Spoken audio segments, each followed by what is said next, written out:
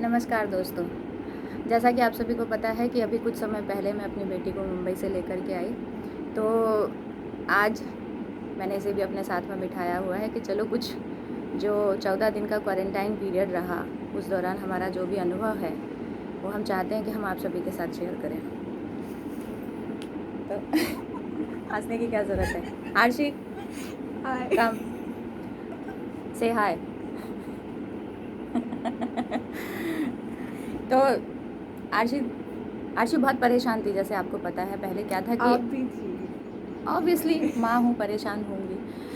होता क्या था कि ये ज़्यादा परेशान ना हो तो मैं अपने आप को नॉर्मल दिखाने की कोशिश करती थी, और मैं परेशान नहीं हूँ इसके लिए ये थोड़ा नॉर्मल रिएक्ट करती थी। लेकिन एक दिन आरशी बात करते करते अचानक रो पड़ी, मम्मा मुझे ले जाओ। और उसके बाद से मेरी परेशानी इतनी बढ़ गई कि फिर मैं इसे ले ही आई। मैंने सोचा कुछ भी हो जाए, अब मैं इसे लेके जाऊँगी। तो आरशी, अब मैं चाहूँगी तुम शेयर करो, जब गाड़ी मुंबई पहुंची तुम्हें ये पता चला कि हाँ हम लोग तुम्हें लेने के लिए आ रहे हैं, वहाँ से जो तुमने खुशी महसूस करी, और जैसे ही हम तुम्हारे घर के पास पहुँचे और तुम उतर के गाड़ी में बैठी, इसके बाद तुमने झांसी में कदम रखा, थोड़ा सा लोगों को बताओ तुमको कैसा लगा। मुझे आज इंटरव्यू है तुम्हारा। मेरे को नहीं पता, पर जब मेरे को पता चला कि ये लोग मेरे को लेने आ रहे हैं तो मेरे को ऐसा लगा जैसे दूसरे लोग तरह मैं भी बहुत घबराई हुई थी। मुझे लगा शायद मुझे भी ऐसे कम बैग लेकर जाना चाहिए, पता नहीं, क्योंकि जैसे हमारी बिल्डिंग के पास में भी कुछ पॉजिटिव निकले थे कोरोना से, तो वैसे ही मैं घबराई हुई थी। ऊपर से वो पेशेंट्स भी जा रहे थे बड़े बड़े बैग्स लेकर, तो मैं इस टाइम में अपना बैग ही नहीं लेकर आई और अपना पर्स लेकर गाड़ी में बैठ गई। फिर हम वहाँ से तुरंत चल दिए, और बीच रास्ते में जब हम जा रहे थे इतने सारे लोगों को देखा मैंने, और लिटरली जो मजदूर जो अपने घर पहुंचने की कोशिश कर रहे थे, और इसी बीच में सारे टोल के बीच में जहां हम रुके, पर हम निकले नहीं क्योंकि हमारा जो भी था पास सब कुछ हमने कार के विंडोज़ में और उसके सामने लगा कर रखा हुआ था, जिससे हमें किसी भी चीज़ को खोलने की ज़रूरत ना पड़े।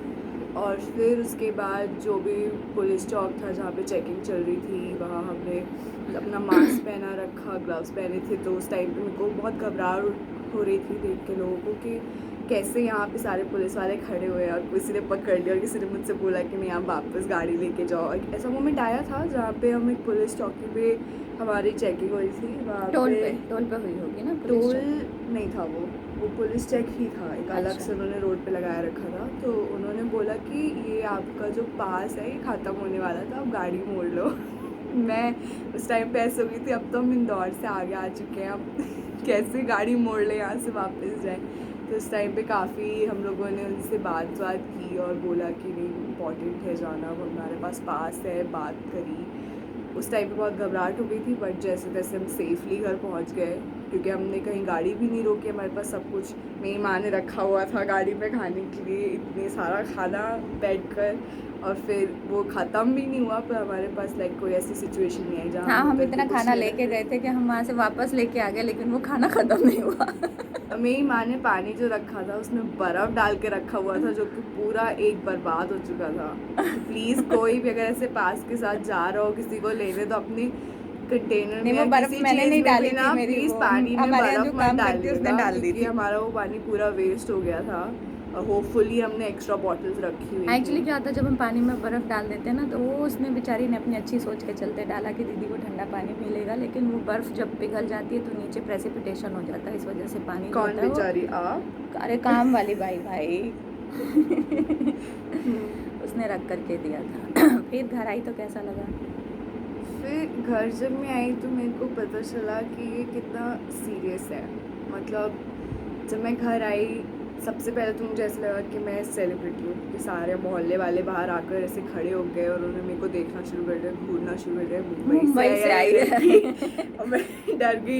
मेरे पड़ोस में जो आंटी रहती है वो भी ऐसे गेट पे खड़ी हुई थी, और जैसे मैं गाड़ी में उन्होंने मेरे को देखा वो भाग के अंदर चली गई। तो मुझे लगा पता नहीं क्या ऐसे क्यों कोरोना कर रहे पेशेंट आ हो, गया। जैसे मैं पेशेंट हूँ। जब फिर उसके बाद जब मेरी गाड़ी एक्चुअली जो अंदर भी आई, बाहर से आता है तो पहले उसको इसी नज़र से देखा जाता है कि कोरोना पेशेंट आ गया। फिर उसके बाद जब मैंने मतलब अंदर घर पे कदम रखा, मेरी नानी लोग सब टेरेस पे खड़े हुए थे, मम्मा भी खड़ी हुई थी, सब थे। तो बहुत अजीब लग रहा था कि पहली बार ऐसे इतने दिनों बाद घर आए और आप किसी से गले भी नहीं मिल सकते, क्योंकि एज रूल्स आपको फॉलो करना पड़ता है, इंस्ट्रक्शंस फॉलो करने पड़ते हैं। उन्होंने आपको बोला है कि आप घर जाओ तो आप 14 दिन तक आपको क्वारंटाइन रहना पड़ेगा, you can not get out of your room. तो बहुत मुश्किल हो जाता है ऐसे टाइम पे कि आपके माँ बाप के सामने खड़े आप उन्हें हक भी नहीं कर सकते। बहुत डिफ़िकल्ट है उस इमोशंस को अपने तक रखना, उसे छुपाना। फिर मेरी नानी ने मुझे गार्डन में बुलाया नीचे, उन्होंने कहा वहीं रुको। फिर उसके बाद आई डोंट नो क्या कहते हैं उसको, पानी, वो हमारे यहाँ परंपरा होती है, जब भी कोई बाहर से आता है तो उसका पानी उतारते हैं ना, कि सारी नज़र उतर जाए और बुरी बलाएं जो हैं वो दूर हो जाए। हाँ। तो फिर उसके बाद मैं घर के जो बैक डोर से था हमारा एंट्रेंस, वहाँ से मैं इस बार ये छत से किया गया था। हाँ। पास नहीं आए, छत से ही पानी उतार लिया था। हाँ।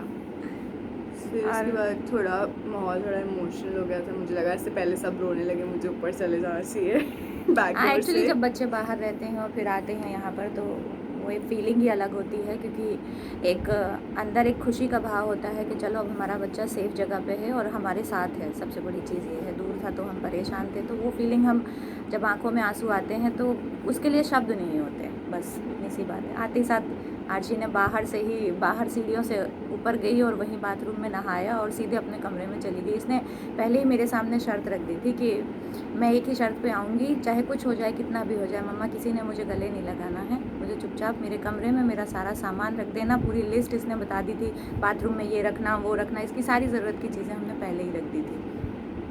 और जाहिर सी बात है, मैं माँ हूँ, मैं अपना एक्सपीरियंस बता भी नहीं सकती। दूर खड़ी मैं देख रही थी, मेरी आंखों में आंसू थे, मन मेरा किया कई बार कि नहीं मैं ऐसे गले लगा लूँ, क्योंकि ये इतना डिप्रेशन से आई थी और इतने समय के बाद आई थी। एक तरह से मुझे ऐसा लगा कि जैसे दूसरी ज़िंदगी मिली है उसको, लेकिन फिर भी इमोशंस को कंट्रोल करना पड़ता है। थोड़ा हंसी मजाक भी चल रहा था, ऐसा नहीं है। मैंने आर्ची से कहा, आर्ची तेरे को फेंक के खाना देंगे। शी सेड के मम्मा प्लीज़ ऐसे अपमानित करके खाना मत देना मुझे कि तुम दरवाजे से खाना खिसका दो या मुझे फेंक के खाना दो, चुपचाप टेबल पे रख जाना, मैं उठा लूँगी। तो हंसी मजाक करते हुए धीरे धीरे हमने इस क्वारंटाइन पीरियड को भी बहुत इंजॉय किया।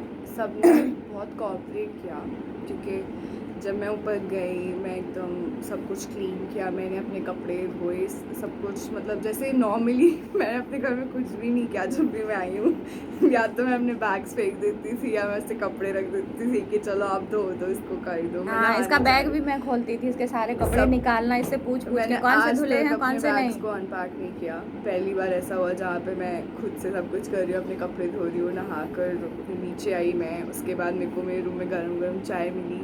फिर जब मैं बाथरूम में गई मुझे वहाँ पे विम रखा हुआ मिला, जहाँ पे मेरे को खुद ही अपने बर्तन धोने थे।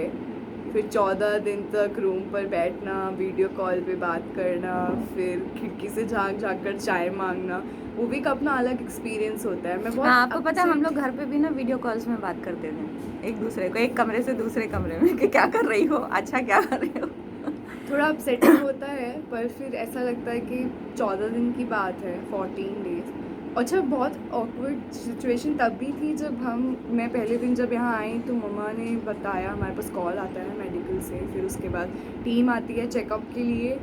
तब फिर भी तो आप ये सारा समझिए पूरा मोहल्ला वापस आया, सब बाहर रोड पे खड़े हो गए और मेरा चेकअप चल रहा था उस टाइम पे, थर्मल चेकअप वो करके जाते हैं। फिर हमारे घर पे वो क्वारंटाइन का पोस्टर लगा के जाते हैं जहाँ पे लिखता है कि वो 14 दिन तक इस घर पे कोई जा नहीं सकता। लेकिन वो हमारी एक जिम्मेदारी बनती है और हमने उस जिम्मेदारी को पूरी तरह निभाया। हमने उसमें कोई संकोच नहीं किया कि नहीं मोहल्ले वाले देखेंगे तो क्या सोचेंगे। एक नागरिक होने के नाते हमको ये करना भी चाहिए था। तो बस ये एक छोटा सा इंटरव्यू समझ लीजिए या हम माँ बेटी का डिस्कशन समझ लीजिए। हम आप तक ये मैसेज पहुंचाना चाह रहे थे कि क्वारंटाइन जो है वो थोड़ा सा मुश्किल होता है, लेकिन इसके बाद फिर जब हमारा क्वारंटाइन ख़त्म हुआ तो हमने फ़ोटो सेशन भी किया, गार्डन में खूब सारी फ़ोटो खींची जो हमने फेसबुक पे अपलोड भी की थी, आप सबको पसंद भी आई थी। और उम्मीद है हमारी बातचीत सुन के जो भी ये सोच रहे हैं कि क्वारंटाइन हमको नहीं होना चाहिए या हम कहीं से बाहर से आए हैं तो हमें छुपाना चाहिए, वो कुछ हद तक समझेंगे इस बात को, इसकी सीरियसनेस को, इसकी गंभीरता को समझेंगे और सारे नियमों का पालन करेंगे। पर एक चीज़ और, किसी भी चीज़ को लाइटली मत लें। 14 डेज़ बाद अगर आप घर पे भी हैं तो आपको एक चीज़ का रिलैक्सेशन होगा कि 14 दिन बाद ही सही एटलीस्ट आप अपनी फैमिली के साथ बैठकर चिल कर सकते हो, बातें कर सकते हो, वही पुराना टाइम स्पेंड कर सकते हो। तो अगर हाँ, लेकिन 14 सेफ्टी हमें आगे days- भी लेके चलनी हाँ, है ना?